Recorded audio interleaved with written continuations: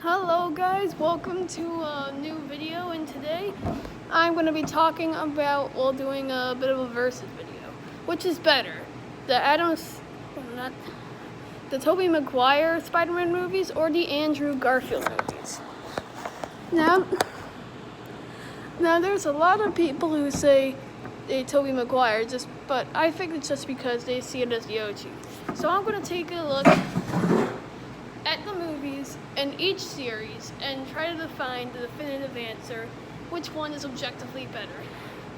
So I'm going to be talking about the strengths and weaknesses of Tobey Maguire's movies and then going for Andrew Garfield. So let's start off with the first Tobey Maguire movie. Now in this one, Tobey Maguire plays Peter Parker, a nerdy kid who, on a field trip to an Oscorp, gets bitten by a radioactive spider, and gains spider abilities. But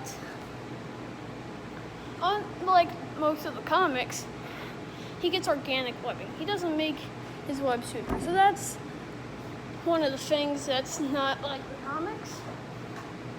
But hey, it saves us some plot. Then his Uncle Ben, then he becomes a wrestler and fights Bonesaw, which in the plot I think it's a pretty good scene. Not the best for his first fight. And after this we get the iconic moment, which is the best Uncle Ben death scene, where with great power comes great responsibility.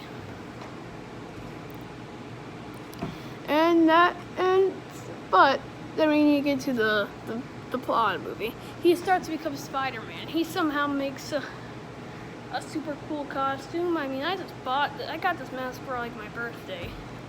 He somehow makes the mask entirely himself. Like, the only one who thinks that's incredible, he had the stitch. It even has outlines for the webs. Still prefer the Amazing Spider-Man suit. We'll get to him later in the video. So basically, Norman Osborn is experimented on, the mayor of the city, Norman Osborn, is experimented on and given enhanced human abilities, like Captain America and the Super Soldier Serum. And he becomes the Green Goblin. Basically, him and Spider-Man fight for a bit. He throws a bomb that turns people into CGI skeletons. And then after battle, he tries to launch his glider at Spider-Man, but Spider-Man dodges it and he stabs himself. And Harry is left with some very big baggage against Spider-Man. Then we get into the second Tobey Maguire movie, where in this one the villain is Dr. Octopus. Where in this version, Dr. Octopus's claws are alive. Which I like the idea of. He's a good person just with claws that are alive. I think that's a very good design for the villain, to make it so he's not like truly evil. He's just trying to fix himself. But yeah, at a presentation, and Dr. Octopus makes this miniature sun thing, it fails though. He's taken to the hospital, but his claws murder a bunch of doctors. Meaning he's like, oh no, I'm gonna get in trouble for this. But the claws can apparently talk to him, like in his head, and tell him, go get money and you can fix all this. So he robs a bank and Spider-Man fights him. Aunt May gets carried up to the top of a building, remember, Spider-Man is Peter Parker. So Peter is very bad at Dr. Octopus and they fight.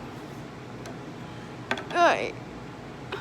Spider-Man, though, in this movie, because they couldn't figure out what better be for, loses his powers.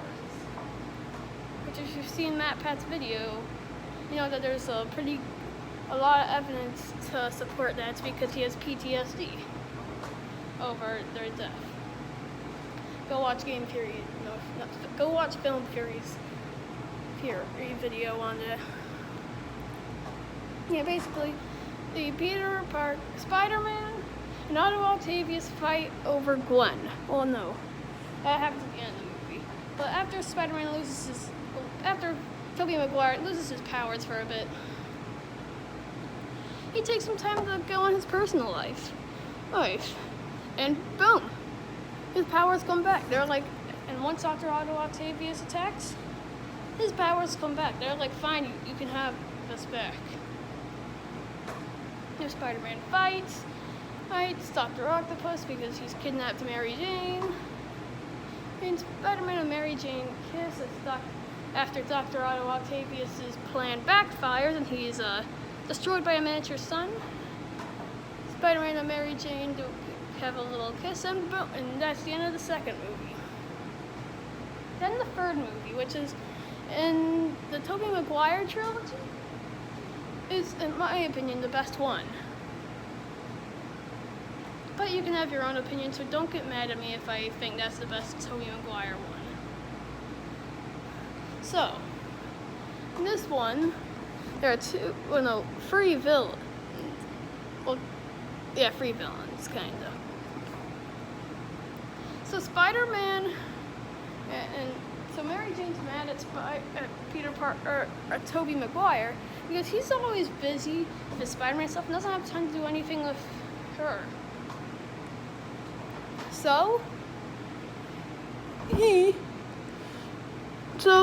And while they're making out on the web, a Venom symbiote falls under them, and they're too busy kissing each other to notice it for somehow, which is a big plot detail. I think they should have not gone that way, and that he's too busy kissing to notice the meteor falling from the sky.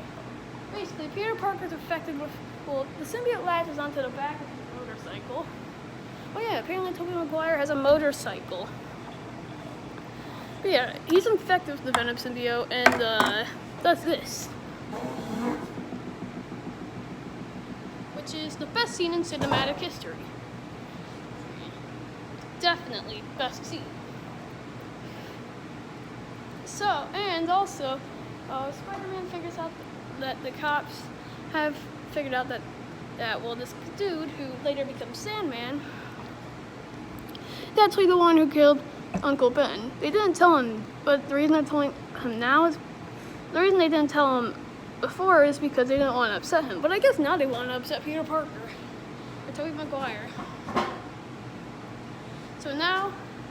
So with the symbiote costume, Tobey Maguire fights Sandman, and Sandman gets all wet and stuff and goes down the sewer. After Spider-Man being an a-hole to everyone and accidentally hitting MJ in the face, which is a big no-no. Oh no.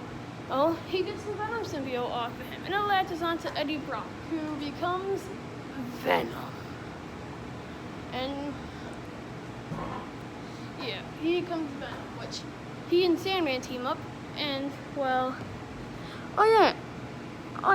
before he gets the Venom symbiote after he gets the Venom symbiote off, he's just swinging around and Harry Osborn attacks him.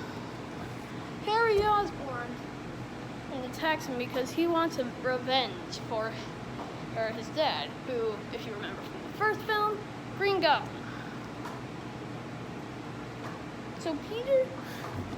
So after that, Mary Jane gets kidnapped again, and Mary Jane gets kidnapped by Sandman and Venom, and Green Goblin, Harry Osborn, and Tobey Maguire fight them. And the movie ends with them winning, and it sets up the next film, which never came. It was rebooted, and this is when we get into Andrew Garfield. So basically, Andrew Garfield's a bit more of a cool guy who, Andrew Garfield's a bit more of a cool guy gets bitten by a radioactive spider after breaking into Oscorp by stealing someone's identity, which I'm pretty sure identity theft's a crime. Yeah, it is. And after wandering into an employee's only room full of spiders, he gets bitten by one. Where, like the comics, he doesn't actually get the ability to shoot webs organically. He makes the webs himself. But yeah, in this movie, he becomes Spider-Man, and he makes a suit which I think's better than the Tobey Maguire one. I think this looks cooler.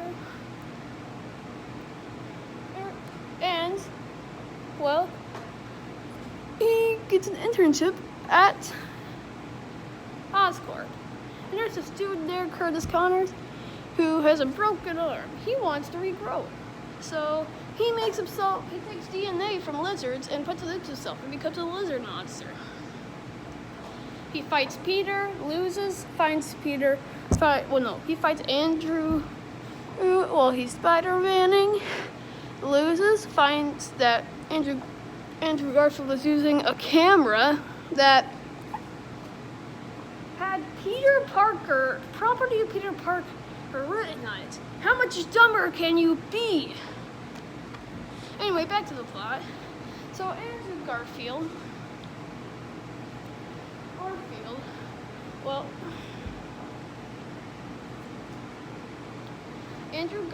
fights the lizard. Becomes Mary Jane's girlfriend, and for like 5 minutes he respects her dead dying wish to. Oh yeah. So the lizard wants turn the entire city into lizards. And once Stacy's dad dies, Andrew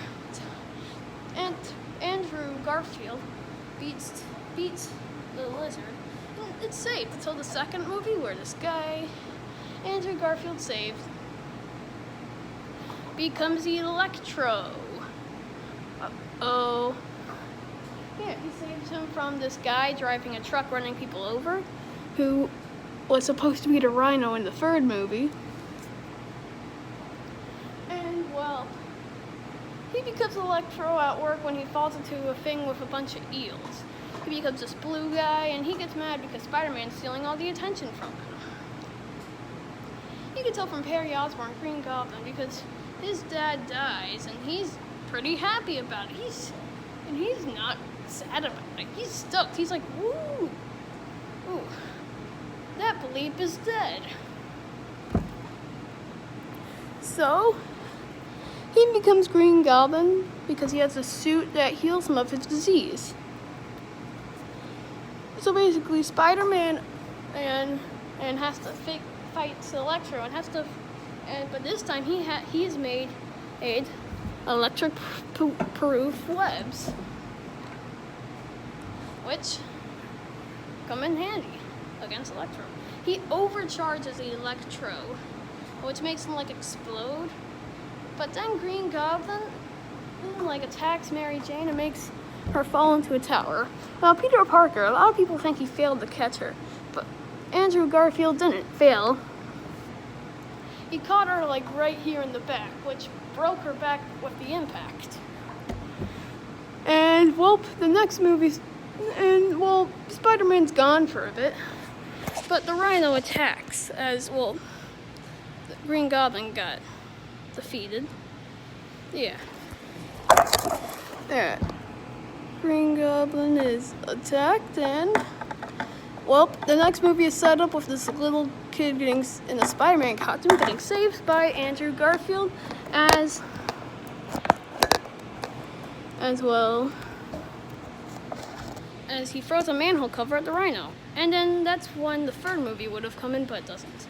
So all in all, I'd say Tobey Maguire movies are better just in terms of plot. But in terms of character design, the Andrew Garfield movies are better. All in all, Tobey Maguire gets my vote. Which one do you vote for? That's your opinion. Well, bye.